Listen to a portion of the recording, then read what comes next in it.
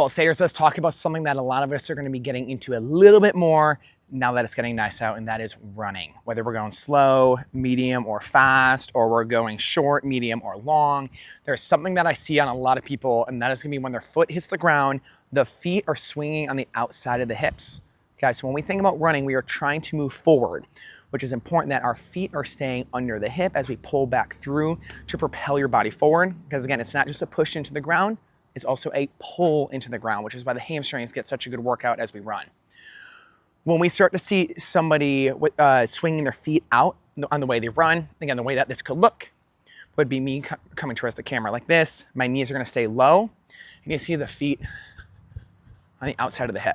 Okay. This is super, super, super common, but just like a lot of our other faults that we see in the gym, sometimes the fault is happening because something else is out of position.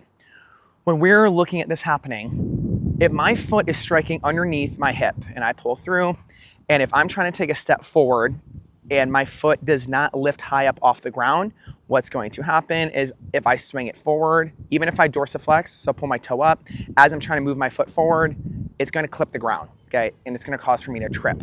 So a way that people will compensate for this is we'll hit underneath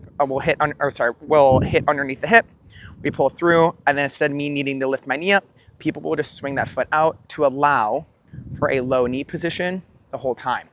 So actually, our fault of our foot swinging on the outside of our hip is being caused by our knee not getting high enough to allow for us to pull back and through and staying underneath the hip. Okay, so I'm gonna fault on the way out, and then on the way back, I'm just gonna lift my knees up a little bit higher, allowing for my force to hit underneath my hip, which is gonna be my foot.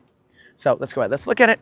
On the way out here, foot hitting on the outside or swinging on the outside of the hip. Then on the way back, again, higher knee allows for this foot to stay underneath the hip. Again, it allows for me to produce force directly forward, and I'm not leaking any energy laterally as I'm pressing into the ground. Remember, what we need to see here is the foot lifts the knee lifts high enough to allow for the heel to trend towards the butt. We paw out, we reach underneath the hip, and we pull through, and pull through. Efficient, fast. Let's make sure they're keeping this in mind as we're increasing our mileage, as we're going into the next season.